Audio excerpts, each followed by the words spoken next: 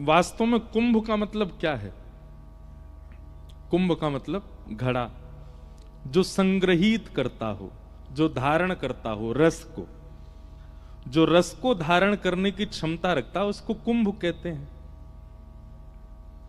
इस समय यदि कोई नजर घुमा के इस क्षेत्र को देखे, सागर क्षेत्र को देखे, सागर में भी श्रीधाम वृंदावन को देखे, इस समय ये वृंदावन ही है, और उसमें भी ये बालाजी क्षेत्र, ये इस पूरे प्रांगण को देखे तो यहां पीछे गिरधरलाल जी से लेके वहां पीछे तक ये पूरा कुंभ है, और इसमें इतने सारे रस बिंदु एकत्रित हैं, तो ये कुंभ से कम नहीं। यहां पर प्रवेश करने वाले को निश्चित है कि त्रिवेणी स्नान का फल वहीं से ही प्राप्त हो जाता होगा। अब जो लोग कुंभ में बैठे हैं वो हमारी बात सुन के कहेंगे, देखो जबरदस्ती कुछ भी बना रहे हैं बात, ये खुद कुंभ में नहीं आए हैं, इतने सारे लोगों को भी नहीं आने दे रहे हैं, और यूं कह रहे हैं यही कुंभ है। हम गलत नहीं कह रहे हैं, यहां पर संत जन भी विराजमान है, सबको बारंबार प्रणाम करते हैं। बहुत ध्यानपूर्वक सुनिएगा। श्रीमद् भागवत में वर्णन है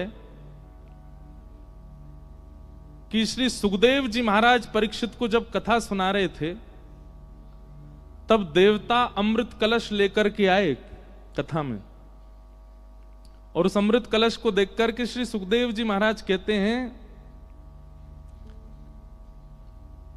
क्व कांच क्व मणिर महान ब्रह्म रातो विचार्य एवं तदा देवांजहासः।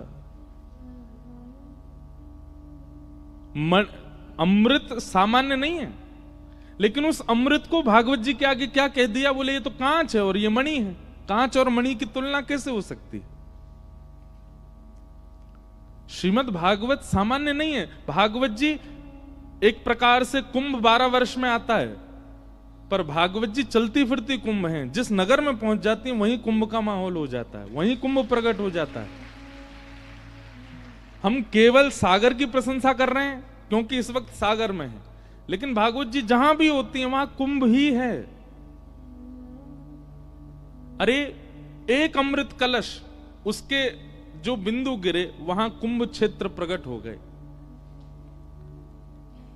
ऐसे कोटि कोटि अमृत कलश वारी जाते हैं भागवत जी के ऊपर, कोटि कोटि अमृत कलश, तब भी भागवत जी की महिमा अति श्रेष्ठ है। ऐसे कुंभ को भी पवित्र करने के लिए भागवत की कथाएं होती हैं। बड़े बड़े व्यास पूरे भारतवर्ष के कुंभ में जाते हैं, कथाएं करते हैं, ताकि वह अमृत बिंदु, वह अमृत कलश, वह कुंभ क्षेत्र और पवित्र हो जाए।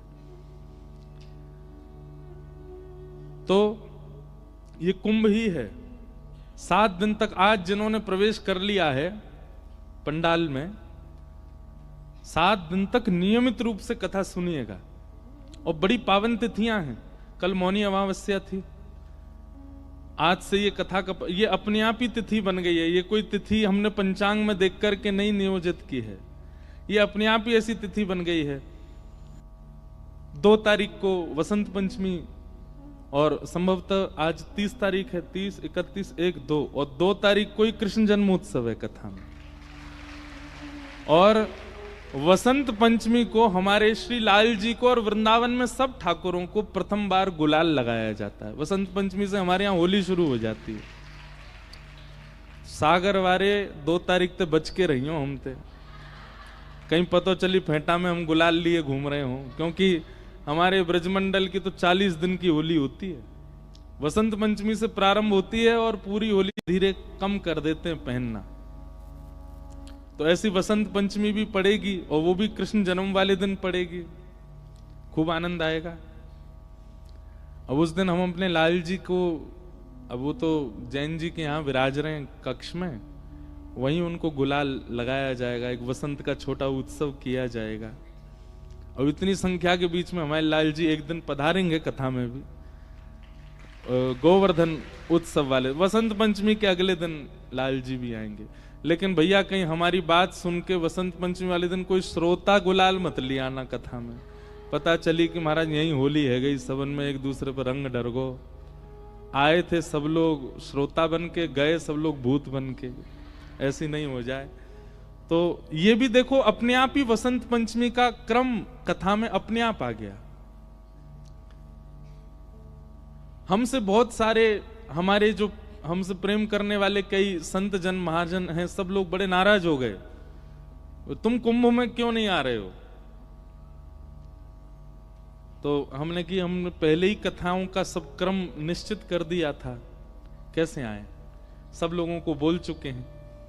फिर भी बहुत लोगों ने कहा, तो हमने एक बार जैन जी के पास संदेश भिजवाया कि कथा का समय थोड़ा आगे कर लें या पीछे कर लें, ये समय कुंभ में चले जाएं। आपने कोई ऐसा नहीं हमको बिल्कुल स्वच्छंद रखा, आपकी जैसी इच्छा महाराज जी, आप जैसा आपको ठीक लगे। पर फिर ये योजना बनी गई कि नहीं चलो सागर में कथा होगी। और हम प्रयास में ऐसे हैं कि 5 तारीख को जिस दिन विश्राम है कथा का, उस दिन कथा सुबह के सत्र में करेंगे और दोपहर में फिर यहां से हम कुंभ क्षेत्र, क्योंकि एक ही दिन है हमारे पास 6 तारीख, 7 से फिर हिमाचल में कथा है, तो 5 को दोपहर में जाके कुंभ में आप सब लोगों की तरफ से डुबकी लगाएंगे हम, यहां सब सागर वासियों की ओर से। लेकिन इसको बिल्कुल भी इस प्रकार से मत आंक लीजिएगा कि क्या तो फिर ये 7 दिन हम लोग कुंभ नहीं है, ये कुंभ ही है, प्रत्येक दिन कुंभ है। तो ये एक सूक्ष्म कुंभ जैसा प्रकट हो गया है अद्भुत सागर में। और उसमें भी कुंभ क्षेत्र में आपको पता है सब जाते हैं, सारे तीर्थ आते हैं प्रयागराज में, क्योंकि वो तीर्थों के राजा हैं। तीर्थों का राजा कौन है? प्रयाग।